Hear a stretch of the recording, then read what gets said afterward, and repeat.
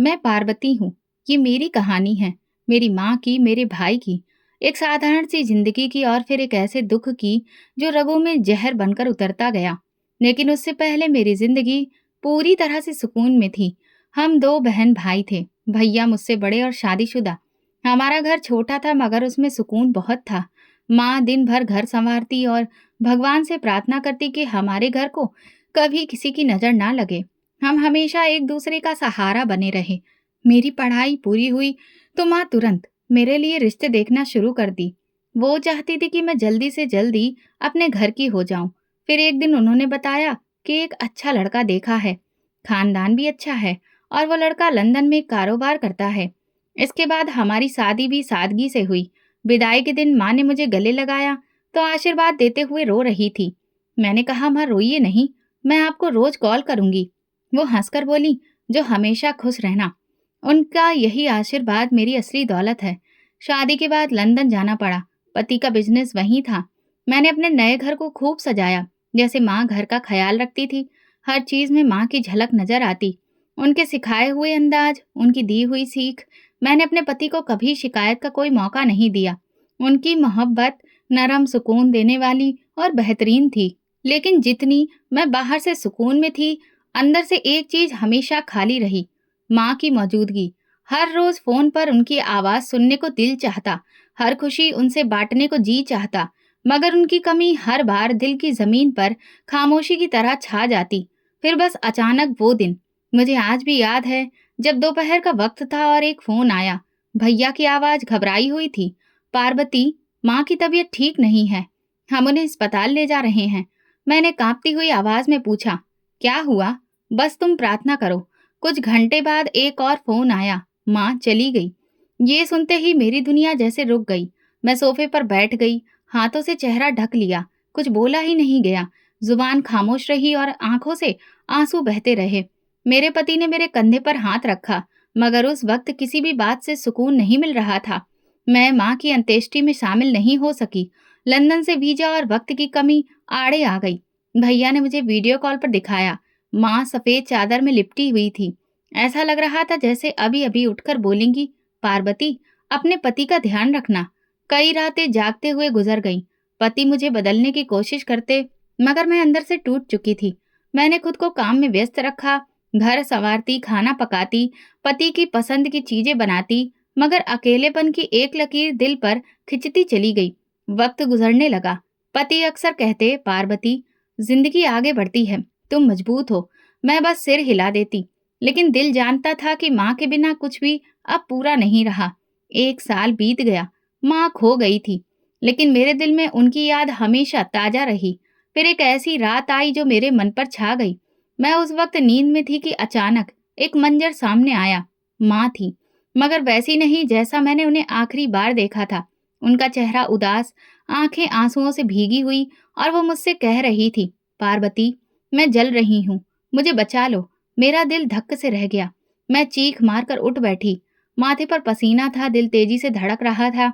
पति भी घबराकर उठ गए। पार्वती, सब ठीक तो है? मैंने कुछ नहीं कहा, सिर्फ इतना बोली, सपना था। माँ आई थी, बहुत तकलीफ में थी। अगले दिन भी अजीब सी बेचैनी रही। मैंने माँ की तस्वीर निकाली, उन्हें देर तक देखा, जैसे कुछ कहना बाकी था। मैंने खुद को समझाया कि शायद ये मेरा वहम है, माँ से बिछड़ने का दुख है, अंदरूनी थकान है, मगर अंदर से कोई कह रहा था, नहीं पार्वती, कुछ है, कोई चीख, कोई पुकार जो तुम्हें सुनाई दी है। लंदन आए हुए 1 साल होने को आया था। जिंदगी अपनी रफ्तार से चल रही थी और मैंने खुद को हालात के साथ बहने देना सीख लिया था। पति सुबह ऑफिस चले जाते, मैं घर के काम में व्यस्त रहती। बेटी 6 महीने की हो चुकी थी। उसके साथ वक्त गुजरते गुजरते कभी कभी माँ की कमी थोड़ी धुंधली सी लगती, लेकिन शाम ढलते ही वो एहसास दोबारा जाग उठता। पापा हमारे बचपन में ही दुनिया से चले गए थे। माँ ने ही हमें पाला और वो हमारे पिता भी बनी रहीं। एक दिन मैं अलमारी की सफाई कर रही थी तो माँ की दी हुई एक पुरानी डायरी हाथ लगी। वो डायरी माँ ने मेरे दहेज में रखी थी। मैंने कभी खोलकर नहीं देखी थी। पन्ने पलटे तो उसके हाथ से लिखी हुई कुछ नसीहतें मिली। अगर तुम माँ बनो तो अपनी बेटी को अच्छी शिक्षा, अच्छी बातें, हमारे धर्म से जुड़ी हुई चीजों को जरूर सिखाना, उससे दोस्ती रखना। मैं वो सब बार बार पढ़ती रही। बेटी को गोद में उठाया और दिल में माँ के लिए एक बार फिर प्रार्थना की। रात हुई तो मैं फिर वही सपना देखा। माँ सफेद चादर में लिपटी नहीं थी, बल्कि उनके कपड़े राख में लिपटे थे। आंखों में डर था, होठों पर पुकार, पार्वती मुझे बचा लो, मैं जल रही हूँ। मेरे मुंह से चीख निकली। नींद टूट गई। कमरे में अंधेरा था, बेटी भी जाग गई। वो रोने लगी। पति हड़बड़ाकर उठ बैठे। क्या हुआ? सपना देखा था। क्या? मैंने हाँ में सिर हिला दिया, लेकिन कुछ कहा नहीं। पानी का गिलास पिया और बेटी को चुप करवाने लगी। अगली सुबह मैंने कोशिश की कि खुद को संभाल लूं। किचन में खड़ी नाश्ता बना रही थी तो अचानक हाथ जल गया। चूल्हे की आग मुझे अजीब तरह से घूरती हुई महसूस हुई। ऐसा लगा जैसे वही माँ जो मैंने अपने सपने में देखी थी, अब हकीकत बनकर मेरे आसपास घूम रही हैं। शाम को पति आए तो उन्होंने मेरे चेहरे पर छाई गंभीरता को महसूस किया। तुम ठीक हो? हाँ, बस नींद पूरी नहीं हुई है। उन्होंने हाथ मेरे हाथ पर रखा। पार्वती, अगर तुम्हारे दिल में कुछ है तो मुझे बताओ, ऐसे चुप मत रहो। पर मैं फिर भी चुप रही। दिल में बहुत सारे सवाल थे। माँ सपने में क्यों आई? और इस हाल में आखिर वो कहना क्या चाहती थी? या फिर मैं कुछ ज्यादा ही सोच रही हूँ? फिर रात हुई। मैं सोच रही थी कि शायद वो सपना बस एक बार यूं ही आ गया, लेकिन ऐसा नहीं हुआ। माँ फिर से सपने में आई। इस बार वो बैठी नहीं थी, झुकी हुई हालत में हाथ जोड़कर खड़ी थी। पार्वती, मुझे तुम ही बचा सकती हो। वे लोग मुझे जलाते हैं, बचा लो बेटी। मैंने सपने में माँ से कहा। माँ, क्या हो रहा है आपको? क्या हो गया है? लेकिन वो सिर्फ यही दोहराती रही, तुम ही मुझे बचा सकती हो। नींद टूटने के बाद मेरी हालत बहुत खराब थी। बेटी सो रही थी। अगर मैं जागती नहीं तो शायद अभी भी माँ की बात सुनती रहती। अगली सुबह पति ऑफिस चले गए, लेकिन मेरे अंदर एक हलचल मची थी। दिन भर कुछ भी करने को दिल नहीं चाहा। बस बेटी को गोद में लिए मैं सोफे पर बैठी रही। दोपहर को मैंने माँ की वो तस्वीर निकाली जो उनकी अंतिम विदाई के समय भैया ने खींच कर भेजी थी। मैंने उन तस्वीरों को हाथ से छुआ और कहा, क्या माँ, आपको वाकई मेरी मदद की जरूरत है? क्या आप किसी तकलीफ में हैं? अचानक बेटी के खिलौने में गाना बजने लगा, जो हमेशा हाथ लगाने पर ही चलता था। मैं चौंक गई। कमरे में कोई नहीं था। क्या ये भी एक इशारा था? शाम को पति आए तो मैंने बहुत हिम्मत करके बात की। मैंने सपने में माँ को देखा। वो मुझसे लगातार मदद मांग रही हैं। पति ने गहरी सांस ली। ये तुमने पहले क्यों नहीं बताया? मैं डरी हुई थी। सोचा शायद मेरी गलतफहमी हो। नहीं पार्वती, ये कोई मामूली सपना नहीं लगता। इस बारे में हमें किसी से बात करनी चाहिए। मैंने कहा, लेकिन मैं पहले खुद जानना चाहती हूँ कि माँ की तकलीफ की वजह क्या है। उस रात मैंने पहली बार महसूस किया कि ये सब सपना नहीं है। शायद कुछ ऐसा है जो अभी खुलना बाकी है। फिर अगली रात भी वही सपना, और इस बार जब मैं जागी तो आंखों में आंसू नहीं थे। एक फैसला था, किसी न किसी तरह इस सपने की आखिरी हकीकत तक जाना था। मैंने लाइट जलाई तो पति भी उठकर बैठ गए और मेरे पास आए। फिर से वही सपना आया। मैंने हाँ में सिर हिलाया। इस बार माँ ने कहा कि अगर मैं नहीं गई तो वो खत्म हो जाएंगी। पति ने कहा, यह कोई इत्तेफाक नहीं हो सकता। अब हमें जरूर किसी से बात करनी होगी। अगले दिन ही उन्होंने एक बहुत बड़े पुरोहित को कॉल किया। उनका नाम रामचंद्र शर्मा था। लंदन के मंदिर के पुरोहित थे। मेरे पति ने उन्हें सारी बात बताई कि मैं अपने सपने में क्या क्या देखती हूँ। वो सब चुपचाप सुनते रहे। फिर बोले, बेटा, सपने में किसी मरे हुए इंसान का बार बार आना और मदद मांगना, ये कोई मामूली बात नहीं है। ऐसा तब होता है जब आत्मा को शांति नहीं मिल रही हो या उस पर कोई बोझ हो। लेकिन उन पर बोझ क्यों होगा? मेरी माँ तो बहुत अच्छी थी। मैंने बेचैनी से कहा, कभी कभी किसी और के कर्म का असर भी दूसरों पर पड़ जाता है। तुम्हारे घर में कौन कौन है? सिर्फ भैया और भाभी हैं। क्या तुम्हें कभी अपने भाई और भाभी से कुछ ऐसा महसूस हुआ जो तुम्हें गलत लगा हो? मैं रुक गई। भैया तो हमेशा माँ के साथ बहुत प्यार से पेश आते हैं और भाभी भी उनका बहुत ख्याल रखती थी। कभी कुछ गलत नजर नहीं आया। पुरोहित जी ने कहा, हो सकता है किसी ने कुछ ऐसा किया हो जिसका मकसद कुछ और हो, लेकिन उसका असर तुम्हारी माँ पर पड़ रहा हो। तुम ये मामला नजरअंदाज मत करो। फोन बंद करने के बाद हम दोनों देर तक चुप बैठे रहे। अगली सुबह पति ने नाश्ता करते वक्त मेरे सामने अपना फोन रखा और कहा, पार्वती, तुम्हारी तबीयत ठीक नहीं लग रही है। तुम्हारा सपना अब धीरे धीरे बीमारी बन रहा है। तुम्हें इंडिया वापस जाना चाहिए। वहां जाकर खुद देखो कि सच क्या है। मैंने तुरंत ही टिकट के लिए चेक करना शुरू किया। अगले हफ्ते की बुकिंग कर ली। मन में बस अब एक ही मकसद था, माँ की बात को सुनना और जो भी सच हो उसका सामना करना। मैंने अपना कुछ सामान बांधा, लेकिन बार बार दिल कह रहा था कि पता नहीं मुझे किस सच्चाई का सामना करना पड़ेगा। लंदन एयरपोर्ट से जाते हुए मेरे पति ने बेटी को गोद में लिया और मुझे देखते हुए बोले, हमेशा याद रखना, सच्चाई जो भी हो, तुम्हें हमेशा मजबूत बनकर रहना है। फ्लाइट के दौरान बेटी लगातार रोती रही, लेकिन मैं जागती रही। हर घंटा एक सवाल बनकर जहन में घुसता रहा, क्या इस सब के पीछे मेरे भैया भाभी होंगे? दिल्ली एयरपोर्ट पर भैया भाभी दोनों मौजूद थे। भैया ने मुझे देखते ही गले लगा लिया। कितने सालों बाद मिली हो, ऐसा लगता है जैसे एक बार फिर से मुझे माँ मिल गई हो। मैं जबरदस्ती मुस्कुराकर जवाब दिया। बेटी को भाभी ने गोद में लिया, कहने लगी, कितनी प्यारी है, ऐसा लगता है जैसे माँ जी की तस्वीर हो। गाड़ी में बैठे तो भैया ने पूछा, सब ठीक है? अचानक आने का क्या ख्याल हुआ? मैंने कहा, बस सोचा कि आप सबसे मुलाकात हो जाए, बेटी को नानी का घर दिखा दूं। घर आकर सब कुछ वैसा ही लगा जैसा छोड़ा था। आंगन में वही छोटा सा आम का पेड़, बरामदे में माँ की प्लास्टिक की कुर्सी और किचन में उनके हाथ के बने हुए मसाले की खुशबू। भाभी ने मेरे लिए कमरा तैयार किया था और उसमें माँ के कुछ कपड़े अलमारी में रखे हुए थे। मैंने माँ की एक साड़ी हाथ में ली, लेकिन कुछ भी महसूस नहीं हुआ, जैसे कि उसमें से उनकी खुशबू ही खत्म हो चुकी हो। 2 दिन गुजर गए। भैया अपनी रोजाना की तरह ऑफिस जाते और शाम को वापस आते, बेटी के साथ खेलते, मेरा हाल चाल पूछते। हर चीज बिल्कुल ठीक थी। एक दिन दोपहर को भाभी मेरे पास बैठी। पार्वती, तुम कुछ बदली बदली सी लग रही हो, कोई परेशानी है? नहीं भाभी, बस नींद पूरी नहीं होती, बेटी की वजह से कुछ थकान रहती है। भाभी ने मेरे हाथ पर हाथ रखकर कहा, घर भी अधूरा सा है माँ जी के बिना, तुम्हें यहाँ आकर अच्छा नहीं लगा होगा। उसी दिन शाम को मैंने घर की दीवारों पर नजर रखनी शुरू की, छोटी छोटी बातें नोट करने लगी, जैसे कि भाभी अक्सर किसी एक वक्त कमरे में बंद हो जाती और अंदर से धीमी आवाज में कुछ पढ़ने की आवाज आती। मैं दरवाजे के पास गई, लेकिन कुछ सुनाई नहीं दिया। एक दिन भैया शाम को बहुत देर से आए। पूछा तो बोले, ऑफिस में काम ज्यादा था, आजकल बिजनेस बहुत मंदा चल रहा है। मैंने कहा, आपने कभी सोचा कि माँ के नाम पर कुछ दान पुण्य ही कर दे, शायद उन्हें कुछ राहत मिले? भैया थोड़ा सा चौंके और बोले, हाँ सोचा तो है, कल मंदिर में कुछ भिजवा दूंगा। रात को सोने से पहले मैंने सपने आने के डर से गायत्री मंत्र पढ़ा, लेकिन जब नींद आई तो फिर से वही माँ, वही लहजा और वही बातें। मैं जल रही हूँ पार्वती, मुझे बचा लो। अगली सुबह मैंने फैसला किया कि अब बात करनी जरूरी है, मगर कब और कैसे ये समझ नहीं आ रहा था। दोपहर के वक्त बेटी सो रही थी और मैं छत पर गई। वहां से पूरा मोहल्ला दिखाई देता था। हर घर देखकर मुझे याद आया, बचपन में माँ छत पर सब्जियां उगाती थी। नीचे आकर मैंने बरामदे में रखा पुराना सोफा साफ किया और बैठ गई। कमरे के कोने में माँ की तस्वीर थी, चेहरे पर वही मुस्कुराहट, लेकिन आंखों में अब मुझे कुछ नया दिखाई दे रहा था। एक प्रार्थना। मैंने खुद से कहा, सच कुछ भी हो मुझे जानना है।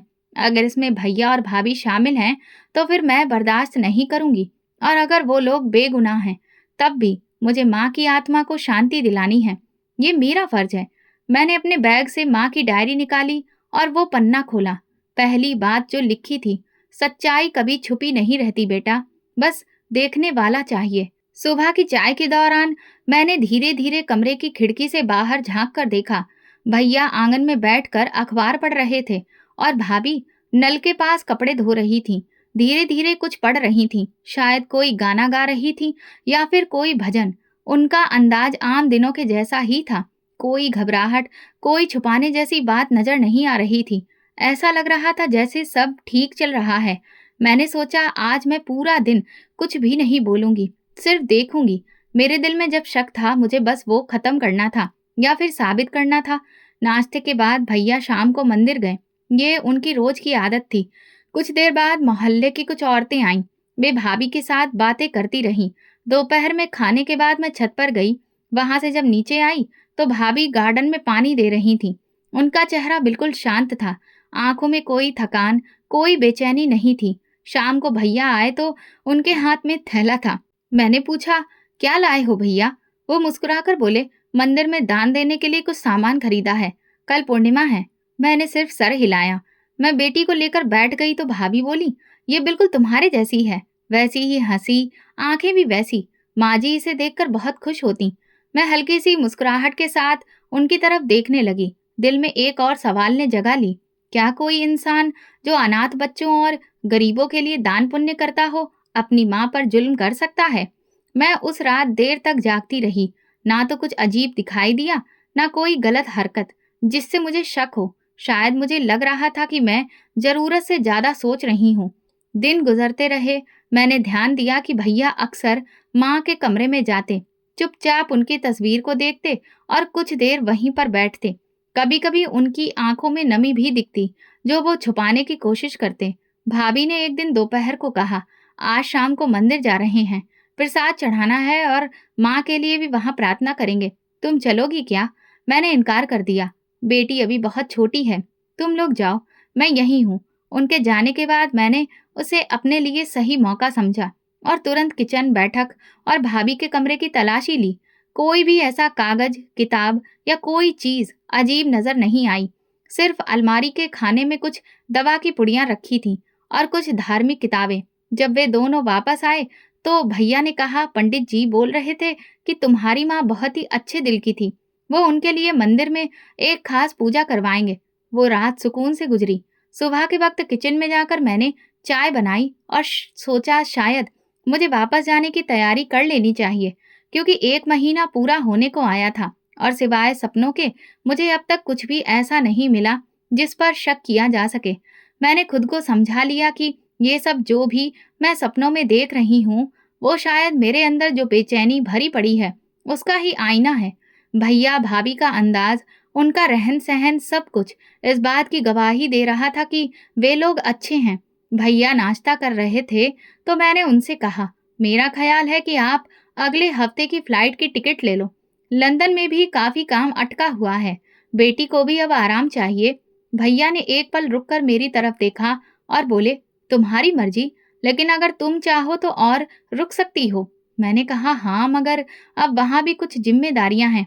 दोपहर में भाभी मोहल्ले के 2 बच्चों को पढ़ा रही थी, मैं बेटी को झूला झुला रही थी। थोड़ी देर बाद वे बच्चे चले गए। जब मैंने भाभी से कहा, आप बहुत अच्छी हैं, बच्चों के साथ कितने प्यार से पेश आती हैं, ऐसा हर कोई नहीं कर सकता, तो वो बोली, ये सब मैंने माँ जी से ही सीखा है। वो कहती थी कि अपनी अच्छाई को अपनी आदत बना लो, नहीं तो इंसान अपना दिल सख्त कब कर लेता है उसे खुद पता नहीं चलता। ऐसा जवाब सुनकर मेरे दिल में सुकून आ गया। अगर अच्छा व्यवहार वाकई में उनकी आदत थी, तो फिर शक की कोई गुंजाइश ही नहीं बचती। उसी शाम मैं कमरे में बैठकर वापसी की फ्लाइट का शेड्यूल चेक कर रही थी। अगले हफ्ते की फ्लाइट थी। मैंने तुरंत टिकट बुक कर ली और अपने पति को भी बता दिया। उन्होंने कहा, अब तुम्हारा दिल संतुष्ट है? मैंने कहा, हाँ। लगता है जो कुछ भी मुझे दिखता था वो शायद मेरे जहन पर पड़े दबाव का नतीजा था। भैया और भाभी पर अब शक करने की भी कोई वजह नहीं बची। पति ने कहा, बस तुम खुश रहो। अगले दिन मैं माँ के कमरे में गई। उनकी तस्वीर के सामने बैठी थी। दिल में एक अजीब सी थकान थी, जैसे कोई लंबा सफर पूरा हो गया हो। मैंने आंखें बंद कर माँ को याद किया। मैंने कहा, जो कुछ भी मैंने किया आपके सुकून के लिए किया। अगर आप मुझसे खुश हैं तो एक बार मेरे सपने में आकर कह दीजिए। उसी रात भैया ने बैठक में बैठकर पुरानी तस्वीरें निकाली। हम सब मिलकर एल्बम देखने लगे। माँ की जवानी की तस्वीरें, दिवाली, होली के पुराने दिन और वो दिन जब माँ की अंतिम विदाई हो रही थी। भैया एक तस्वीर पर आकर रो पड़े। वो माँ के साथ एक बड़े मंदिर के बाहर की तस्वीर थी। उन्होंने कहा, ये दिन मैं कभी नहीं भूलूंगा। माँ ने मुझसे कहा था, बेटा कभी किसी का दिल मत दुखाना। मैंने कहा, वो बातें अभी भी हमारे साथ हैं। तस्वीरें देखते देखते रात हो गई। सब लोग अपने कमरों में चले गए। मैं बेटी को सुलाकर खुद भी लेट गई, लेकिन नींद आंखों से कोसों दूर थी। दिल अब कुछ सुकून महसूस कर रहा था, लेकिन एक अधूरा सा सवाल अंदर कहीं घूम रहा था। रात करीब 2 बजे अचानक मेरी आंख खुल गई। कमरा शांत था, बेटी सो रही थी। मैंने घड़ी देखी, फिर कमरे से बाहर निकली। आंगन में आकर सामने पेड़ को देखा। हवा बिल्कुल बंद थी, लेकिन पेड़ की शाखाएं थोड़ी हिल रही थीं, जैसे कोई उन्हें धीरे धीरे छू रहा हो। मैं वापस कमरे में आकर बिस्तर पर लेट गई और आंखें बंद कर ली। फिर वही सपना माँ। इस बार वो चुप थी। ना कोई चीख, ना कोई फरियाद। बस जमीन पर बैठी मुझे देख रही थीं। उनकी आंखों में ऐसा सवाल था जैसे जुबान बंद हो। कुछ तो कहिए माँ, मैंने सपने में कहा। उन्होंने धीरे से कहा, तुम्हारे जाने का वक्त आ गया है, मगर सच अभी बाकी है। मेरी सांस रुक गई। कौन सा सच? माँ ने सिर्फ एक चीज की तरफ इशारा किया, कमरे का फोन। लेकिन सपना वहीं टूट गया। आंख खुली तो सीना भारी था, दिल बेचैन। पानी पिया और बाहर निकल आई। सूरज निकलने को था, पर सुबह की रोशनी में भी दिल का अंधेरा कम नहीं हुआ। अगर सब ठीक था, अगर भैया भाभी वाकई में वैसे ही हैं जैसा मैंने देखा है, तो फिर माँ ने सपने में वो कमरा क्यों दिखाया और क्यों कहा कि सच अभी बाकी है? दिल ने कहा सुकून कभी कभी धोखा भी हो सकता है। मैंने फैसला किया कि मैं वापसी से पहले एक बार फिर सब कुछ गौर से देखूंगी, हर नजर, हर हरकत, और खास तौर पर वो कमरा। मैंने माँ के कमरे में वक्त बिताने का फैसला किया। दोपहर हो चुकी थी, बेटी भी सो रही थी। मैंने आंगन की तरफ देखा, फिर मेरी नजर भाभी के कमरे के दरवाजे पर पड़ी। दरवाजा बहुत धीरे से खुला और एक औरत बाहर निकली, काले रंग की चादर ओढ़े हुए। पूरी तरह खामोशी पसरी थी। उसने सर झुकाया हुआ था, चप्पल की आवाज तक नहीं आ रही थी। मैं एक पल रुकी। वो जल्दी से मेन गेट से बाहर निकल गई। मैं तुरंत दरवाजे तक गई। बाहर सड़क सुनसान और शांत थी। मैंने पूछा, कोई आया था क्या? वो एकदम से मेरी तरफ पलटी और चौंक गई। नहीं तो, कोई नहीं आया। मैंने किसी को बाहर जाते देखा, काली चादर में थी और तुम्हारे कमरे से ही निकली थी। भाभी के चेहरे पर हल्का सा साया आया, फिर वो तुरंत संभल गई। हो सकता है तुमने किसी और को देखा हो, यहाँ तो कोई नहीं आया। मैंने बात वहीं खत्म कर दी, लेकिन दिल में हलचल जरूर शुरू हो गई। शाम को भैया ऑफिस से वापस आए। मैंने उनसे कुछ भी नहीं कहा। मुझे लगा कि अगर वो कोई मेहमान था तो फिर बात करने की जरूरत नहीं है। लेकिन ये सवाल जरूर था, वो औरत आई क्यों थी और फिर भाभी ने मना क्यों किया? अगले दिन मैंने सुबह जल्दी उठकर माँ के कमरे की सफाई की। दरवाजे, कपड़ों की अलमारी, हर चीज वैसी ही थी जैसे पहले देखी थी। लेकिन कोने में कपड़ों के नीचे एक छोटा सा थैला था। उसके अंदर कुछ पुराने ताबीज, एक काला धागा और एक छोटी सी खाली शीशी जैसी कोई बर्तन थी। मैंने थैला वापस रख दिया। अभी मैं कोई जल्दबाजी में फैसला नहीं लेना चाहती थी। मैंने सोचा ये तो कोई पुरानी चीज है जो माँ ने किसी बाबा वगैरह से लेकर रखी होगी। दोपहर को भाभी ने मुझे बाजार चलने को कहा। बेटी को साथ ले जाना मुमकिन नहीं था, इसलिए मैंने मना कर दिया। फिर वो अकेली चली गई। उनके जाते ही मैंने दोबारा उनके कमरे की ओर रुख किया। दरवाजा अंदर से बंद नहीं था। कमरे में हल्की सी खुशबू फैली थी। अलमारी खुली थी। अंदर कुछ पुरानी किताबें और एक लाल रंग की फाइल रखी थी। फाइल खोली तो उसमें कुछ नक्शे और एक इंसान की तस्वीर चिपकी हुई थी। उस तस्वीर पर तारीख 28 फरवरी। मैंने वो तस्वीर ध्यान से देखी। वो इंसान मुझे जाना पहचाना नहीं लगा। वो शायद कोई बाबा वगैरह था। दरवाजे पर आहट हुई तो मैंने फाइल वापस रख दी और तेजी से बाहर निकली। भाभी आ चुकी थी। हाथ में सौदा था। मैंने खुद को नॉर्मल दिखाया, लेकिन अंदर सुकून बिखर गया था। रात को खाने के दौरान भैया ने कहा, तुम्हारी फ्लाइट परसों है ना? वापसी का वक्त पास में है। भाभी ने खामोशी से पानी का गिलास बढ़ाया। उनकी आंखों में कुछ अजीब सा था, जैसे वो कुछ छुपाना चाह रही हो। मैंने बेटी को गोद में लिया। घर की बहुत सी चीजें वैसी की वैसी हैं, लेकिन कुछ बदला है। भैया ने चौंक कर पूछा, क्या मतलब? क्या बदला है? पता नहीं, शायद माँ की कमी या शायद कुछ और। अगली सुबह मैंने मंदिर जाने का फैसला किया। भैया से कहा, साथ चलोगे? तो उन्होंने हामी में सिर हिलाया। मैं खामोशी से बिना कुछ कहे सोचती रही, जो कुछ मैंने देखा, सुना, क्या वो सब मायने रखता है? फिर मैंने यही सवाल भैया से पूछा तो वो कहने लगे, पार्वती, कभी कभी ऐसा भी होता है कि जो हम देख रहे होते हैं वो सच नहीं होता। सच वो होता है जो वक्त बताता है। फिर मैंने उनकी तरफ देखकर फिर से पूछा, क्या सपने में भी हमें कुछ बताते हैं? भैया ने कहा, अब ये तो मैं नहीं बता सकता। घर वापस आकर मैंने बेटी को सुलाया और अपनी पैकिंग शुरू कर दी। पासपोर्ट, बेटी के कपड़े, सब कुछ बैग में रखा। भैया ने कहा फ्लाइट वाले दिन वो खुद मुझे एयरपोर्ट छोड़ेंगे। भाभी ने मेरे लिए कुछ मुरब्बा और देसी घी तैयार करके रखा। सब कुछ ठीक था, लेकिन मेरे दिल में वो तस्वीर, वो काली चादर ओढ़े औरत और वो फाइल बार बार आ रही थी। रात को मैं जल्दी सोने की कोशिश कर रही थी ताकि सुबह फ्रेश रहूं, लेकिन आंखें बंद करते ही सपनों का सिलसिला दोबारा शुरू हो जाता। माँ इस बार शांत दिख रही थी। उनका चेहरा राख से पुता हुआ था, बाल बिखरे, आंखें सूजी हुई। वो जमीन पर बैठी थी और सांस जैसे घट रही थी। पार्वती, क्या तुम मुझे इस तरह से छोड़ दोगी? मैंने सपने में ही लपक कर उनका हाथ थामने की कोशिश की। नहीं माँ, मैं तो आपके लिए ही यहाँ आई थी। मैं सब जानना चाहती हूँ, बताइए क्या हुआ है? माँ ने मेरे हाथ झटक दिए। तुम सिर्फ देखती रही और चली जा रही हो, मेरे लिए कुछ भी नहीं किया। इस पल सपने में उनके पीछे एक साया आया, काले कपड़ों में लिपटा हुआ, जो धीरे धीरे उनके आसपास घूम रहा था। माँ की चीख निकली और सपना एक झटके से टूट गया। मैं बिस्तर पर रोती रही। बेटी मेरे बगल में सो रही थी। कमरे में बिल्कुल खामोशी थी, लेकिन अंदर तूफान बसा था। दरवाजा बंद करके मैं छत पर चढ़ने लगी। कुछ देर वहां खामोशी से खड़ी रही। दूर कहीं से कुत्ते के भौंकने की आवाज आ रही थी। बाकी पूरा माहौल बेजान था। फिर मेरा ध्यान छत के कोने में मौजूद पानी की टंकी की तरफ गया। मुझे न जाने क्यों उसके पास जाने की इच्छा हुई। जब मैं उसके पास पहुंची तो अंदर से अचानक ऐसा लगा जैसे कुछ सुनाई दे रहा है, जैसे कोई अंदर बैठा कुछ पढ़ रहा है। मैं बुरी तरह घबरा गई। हे भगवान, ये क्या हो सकता है? मैंने झुककर कान टंकी के ढक्कन के पास लगाए। आवाज तो आ रही थी, लेकिन शब्द समझ नहीं आ रहे थे, जैसे कि कोई और ही जुबान बोली जा रही हो। मेरा दिल जोर जोर से धड़कने लगा। मैंने हिम्मत करके धीरे से टंकी का ढक्कन हटाया। अंदर अंधेरा था। मोबाइल की रोशनी ऑन की और जैसे ही अंदर झांका, एक सर्द लहर मेरी रीढ़ की हड्डी से नीचे उतर गई। टंकी के अंदर काफी सारे कागज तैर रहे थे, जो पूरी तरह से भीग चुके थे। कुछ किनारे से जले थे, कुछ पर मंत्र लिखे हुए थे और कुछ पर अजीब से नक्शे बने हुए थे।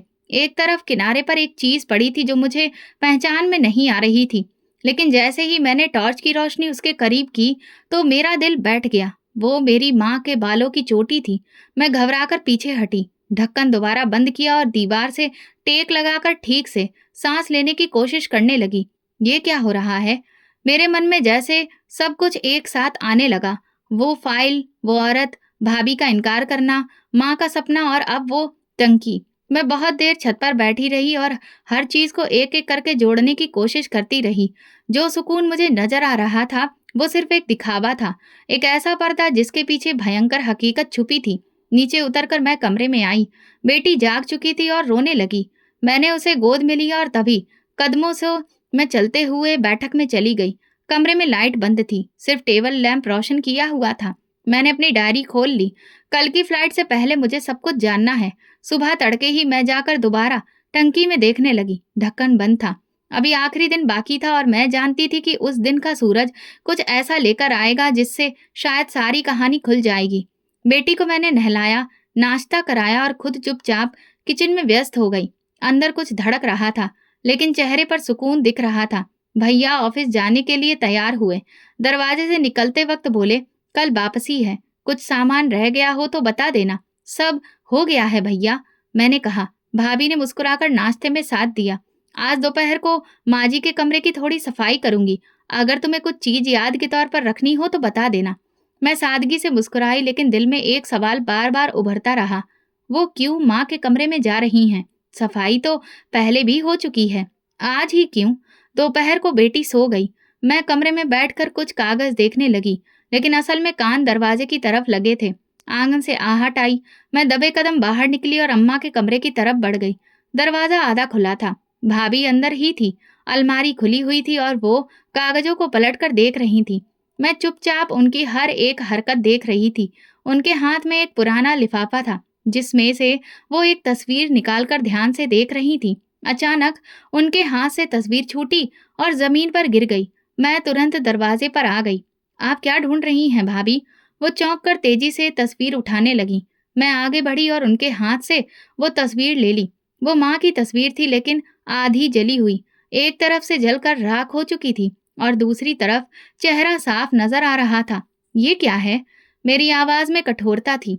भाभी की आवाज में घबराहट थी। कुछ नहीं, मैं सफाई कर रही थी। शायद पुरानी चीजों में रख दी गई हो, लेकिन ये जली कैसे? मैंने आंखों में आंखें डालकर सवाल किया। पता नहीं, शायद किसी वक्त गलती से जल गई होगी। कौन कौन सी गलतियां हैं करने के बाद भी? माँ की चोटी अपने आप ही निकलकर पानी की टंकी में पहुंच जाती है। गलती से तंत्र मंत्र के कागज कौन टंकी में डालता है? मेरा लहजा अब थरथरा रहा था। आवाज बुलंद थी। भाभी के हाथ कांपने लगे। पार्वती, तुम ये क्या कह रही हो? जो तुम जानती हो मैं वही पूछ रही हूँ। तुम्हारे कमरे से निकली हुई वो औरत, तुम्हारे पास रखी वो फाइल और अब ये तस्वीर, माँ को इस मुसीबत में तुमने ही डाला है ना? इससे पहले कि वो कुछ बोलती, पीछे से भाई की आवाज आई, क्या हो रहा है यहाँ? मैंने माँ की जली तस्वीर उनके सामने की। अब आप बताइए ये सब क्या है? भैया ने तस्वीर देखी और जैसे पैरों तले जमीन निकल गई। वो देर तक तस्वीर को देखते रहे। मैंने कहा मैं चली जाऊंगी, लेकिन इस बार कुछ छूटेगा नहीं, सब जानकर जाऊंगी। भाभी की आंखों में आंसू आने लगे। वो कुछ कहना चाहती थी लेकिन जुबान बंद थी। अब मुझे वो सब सुनना है जो तुम लोग छुपा रहे हो। मेरी माँ ने मुझे पुकारा है, वो सुकून में नहीं है। अगर ये सब तुम लोगों की करनी का नतीजा है तो आज से पर्दा उठेगा। मैं वापस अपने कमरे में आई हूँ, दरवाजा बंद कर लिया। अंदर बैठकर तस्वीर को हाथ में लिए देखती रही। उसके जले किनारे मुझसे कुछ कह रहे थे। अगले दिन वापस जाने का दिन था। मैंने वो तस्वीर अपने बैग में रख ली। नाश्ता करने के बाद मैं, भैया और भाभी दोनों को माँ के कमरे में बुलाया।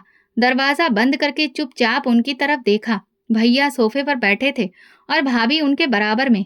मैंने दराज से तस्वीर निकाली और उनके सामने रख दी। अब बात खत्म हो चुकी है। मैं सब जानती हूँ टंकी में क्या है, ये तस्वीर क्यों जली और माँ को सपनों में क्या कहते हुए देखती हूँ। तुम दोनों अगर अब भी कुछ छुपाओगे तो याद रखो, मैं ये सच दबने नहीं दूंगी। भैया हैरत से भाभी की तरफ देख रहे थे। फिर वो मुझसे बोले, पार्वती, तुम्हें कोई गलत फहमी हुई है। मैं खुद तुम्हारी भाभी से पूछ चुका हूँ, लेकिन वो कह रही है कि ये सब गलत इल्जाम है। ये सारे सपने तुम्हारे वहम हो सकते हैं। वहम? मैं चिल्लाकर बोली, क्या माँ की चोटी भी मेरे वहम का हिस्सा है? वो काली चादर वाली औरत, ये सब क्या है? भाभी ने धीरे से कहा, तुमने वो टंकी कब खोली? मैंने कहा, आपको इससे क्या मतलब? कमरे में खामोशी छा गई। भाभी के चेहरे पर हवाइयां उड़ने लगीं। भैया भी हैरान खड़े थे।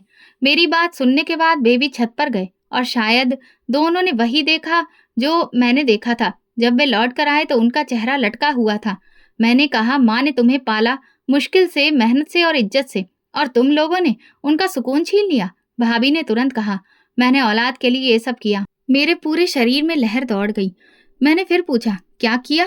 भाभी की आवाज में कपकपाहट का डर था। दरअसल मेरी माँ ने एक बहुत अच्छे बाबा के बारे में बताया था। वो बहुत चमत्कारी था। उन्होंने कहा था कि उसके पास कुछ ऐसे मंत्रों की शक्ति है जिससे वो मेरी सूनी गोद को भर देगा। शुरू में मैं तैयार नहीं थी, लेकिन फिर मजबूर हो गई। हम 10 साल से औलाद के लिए प्रार्थना कर रहे थे। हर दरवाजा खटखटाया, दवा दुआ सब किया, कुछ नहीं हुआ। जब हम उस बाबा के पास पहुंचे तो उसने कहा कि ये सब मामूली दुआओं से मुमकिन नहीं है, तुम्हें कुछ खास करना होगा। इसलिए मैं बेबस हो गई। पहले सोचा कि तुम्हारे भाई को बताऊं, लेकिन फिर डर गई। इसलिए मैं अकेले ही ये सब करने का ठान बैठी।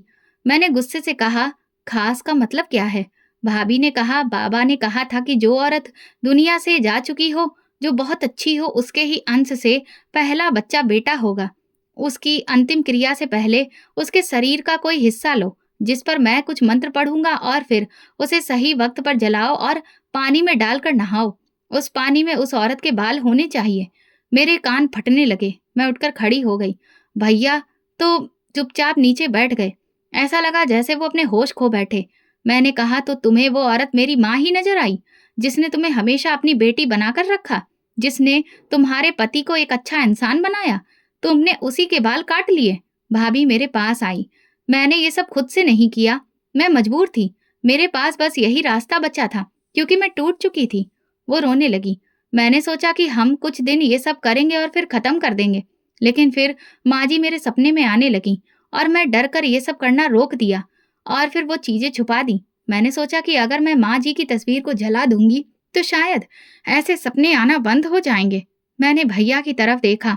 वो तो ऐसा लग रहा था जैसे पत्थर के हो गए हों। मैंने भाभी से कहा, तुम मंदिर जाती हो, पूजा पाठ करती हो, तुम्हारे दिल ने तुम्हें एक बार भी नहीं रोका कि तुम एक मरी हुई औरत के साथ ये सब कर रही हो? भाभी बोली, मैं गुनहगार हूँ, मुझे माफ कर दो पार्वती। मैंने कहा कि तुम्हें माफ करने से मेरी माँ को क्या सुकून मिलेगा? अब तुम भगवान से माफी मांगो। भाभी की सिसकियों की आवाज आ रही थी। मैंने ठंडी सांस ली और कमरे से बाहर आ गई। थोड़ी देर के बाद भैया कमरे में आए। उनकी आंखें लाल थीं।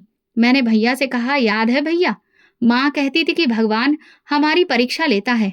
भैया ने गर्दन झुका ली। हाँ, और वो ये भी कहती थी कि औलाद देना भगवान की मर्जी पर है, उसे जबरदस्ती छीना नहीं जा सकता। लेकिन मुझे पता ही नहीं चला कि कब तुम्हारी भाभी माँ की दी हुई सीख से हटकर किसी गलत रास्ते पर चली गई। मैंने कहा, भाभी ने माँ की आत्मा को तकलीफ पहुंचाई है। भैया खुद को कोसने लगे। मैं इतना अंधा भरोसा करता था कि कभी मुझे उस पर शक ही नहीं हुआ। वो मेरे सामने रोज मंदिर जाती थी, पूजा पाठ करती, सबको अच्छी सीख देती।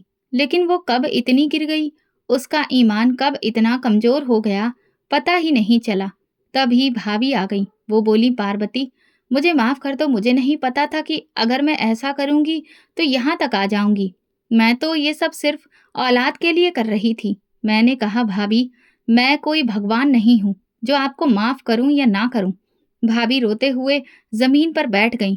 मैंने माँ जी के साथ जुल्म किया है, भगवान मेरे गुनाहों को नहीं बख्शेगा। भैया ने गहरी सांस ली और फिर उनके सामने आकर खड़े हो गए। जो औरत मेरी माँ के मरने के बाद उन्हें सुकून ना लेने दे, मैं अब उसके साथ एक दिन भी नहीं गुजार सकता। मैं सोच चुका हूँ, तुम्हारे और मेरे बीच अब कुछ भी बाकी नहीं रहेगा। मैं तुम्हें तलाक दूंगा। भाभी कहने लगी, ऐसा मत करो, मैं जानती हूँ मैंने गलत किया, मैंने सब कुछ खत्म कर दिया। वो जो जादू टोना मैं करती थी, उसका मुझसे कोई रिश्ता नहीं। भैया ने कहा, लेकिन अब तो जो होना था वो हो चुका। माँ की आत्मा को जो तकलीफ मिली थी वो मिल चुकी। मैं एक पति के तौर पर नाकाम हो चुका हूँ। अब एक बेटा बनकर शायद कुछ बचा सकूं। भैया ने अपना फैसला सुना दिया। कमरे में खामोशी छा गई। मैंने देखा कि भाभी की आंखों से सारा गुरूर बह चुका था। मैं उनके पास गई और कहा, अब आप भगवान से माफी मांगिए। उन्होंने मेरी तरफ देखकर कहा, तुम्हें क्या लगता है, क्या भगवान मुझे माफ करेंगे? भैया खामोश बैठे रहे। शाम होने से पहले मैंने अपना सामान पैक कर लिया। फ्लाइट एक दिन के बाद की बुक कर ली थी, लेकिन दिल, वो तो बहुत पहले ही पैक हो चुका था। भाभी ने रोते हुए घर छोड़ा। दरवाजे पर रुककर मुझसे कहा, पार्वती, प्रार्थना करना कि भगवान मुझे माफ कर दे। मैं अब कभी किसी ऐसी चीज के पीछे नहीं जाऊंगी, बस भगवान का नाम लूंगी। मैंने कहा, बस यही काफी है, और दरवाजा बंद हुआ। फिर मैं आसमान की तरफ देखती रही। माँ की छवि आंखों के सामने थी, लेकिन पहली बार उनके चेहरे पर थोड़ा सुकून महसूस हुआ, जैसे वो देख रही हो और शायद माफ भी कर चुकी हो। सुबह उठी तो ऐसा लग रहा था जैसे पूरा शरीर स्वस्थ हो गया हो। दिमाग में कल की सारी बातें एक एक करके घूमने लगीं। भैया ने अपनी जिंदगी का सबसे कठिन फैसला किया था। नाश्ता तैयार था, लेकिन भाभी अब घर में नहीं थी। किचन की खामोशी इस बात की गवाह थी। भैया ने खुद चाय बनाई, मेरे सामने रखी और कहा, पार्वती, मैं सोच रहा हूँ कल से शहर के अनाथालय जाकर जो अनाथ बच्चे हैं उन्हें कुछ देर पढ़ा दूं। शायद इससे मेरी तकलीफ कुछ कम हो सके। मैंने कहा, जैसा आपको ठीक लगे। दोपहर को मैं माँ के कमरे में गई। वहां माँ की यादें थीं और सारा सामान वहीं रखा था। माँ की डायरी मैंने अपने साथ रख ली। भैया ने एयरपोर्ट जाने का वक्त बताया। मैंने कहा, कल सुबह की फ्लाइट है, लेकिन आज मैं छत पर कुछ वक्त बिताना चाहती हूँ। वो समझ गए। बेटी जल्दी ही सो गई। मैं उसे चादर उड़ाकर छत पर चली गई। छत के कोने में वही पानी की टंकी थी, बंद, खामोश और भूली हुई। मैंने धीरे से उसके ढक्कन पर हाथ रखा, कुछ पल के लिए आंखें बंद की और खुद से कहा, जो हुआ वो दोबारा ना हो। थोड़ी देर बाद पता ही नहीं चला नीचे आई तो कब नींद आ गई। सपने में माँ सामने थी, लेकिन इस बार वो बस शांत थी। अब तक वो रोती हुई, जली हुई, बेचैन आती थी। इस बार वो बिल्कुल शांत थी। सफेद कपड़ों में चेहरा चमक रहा था, आंखों में सुकून था। वो धीरे धीरे मेरी तरफ बढ़ी। उनके कदमों में मैं बैठ गई। माँ, आप ठीक तो हैं? उन्होंने मेरे सिर पर हाथ रखकर कहा, हाँ, अब मैं ठीक हूँ। मैंने कहा, मैंने सब कुछ आपके लिए किया माँ। उन्होंने मुस्कुराकर कहा, तूने अपना फर्ज निभाया बेटी, भगवान तुझे खुश रखे। मैं भी तुझसे बहुत खुश हूँ। मैंने उनके हाथ पकड़ लिए। अब मैं वापस जा रही हूँ माँ, मैंने कहा। दिल में सुकून है, लेकिन आंखें अभी भी बाहर आती हैं। उन्होंने सिर पर हाथ रखा और कहा, जब दिल भगवान से जुड़ जाए तो फिर बिछड़ने का डर बाकी नहीं रहता। तो सुकून से जा, क्योंकि अब मैं भी सुकून में हूँ। मैंने सपने में आंखें बंद की। जब दोबारा खुली तो वो जा चुकी थी। कमरे में सुबह का उजाला फैला था। बेटी मुस्कुरा रही थी, जैसे उसने भी कोई अच्छा सपना देखा हो। मैंने उसे सीने से लगा लिया और सोचा, माँ को सुकून मिल गया और मुझे भी। अब मैं आराम से वापस जा सकती हूँ, उन आशीर्वादों के साथ जो एक माँ ने दुनिया से जाने के बाद अपनी बेटी को दिए थे। दोस्तों, अगर आपको हमारी कहानी पसंद आई हो तो कमेंट करके ज़रूर बताइए और वीडियो को लाइक करें और ज़्यादा से ज़्यादा शेयर करें। अगर आप चैनल पर नए हैं तो सब्सक्राइब ज़रूर करें और नोटिफिकेशन बेल को दबाएं ताकि अगली अपडेट सबसे पहले आपको मिले। धन्यवाद।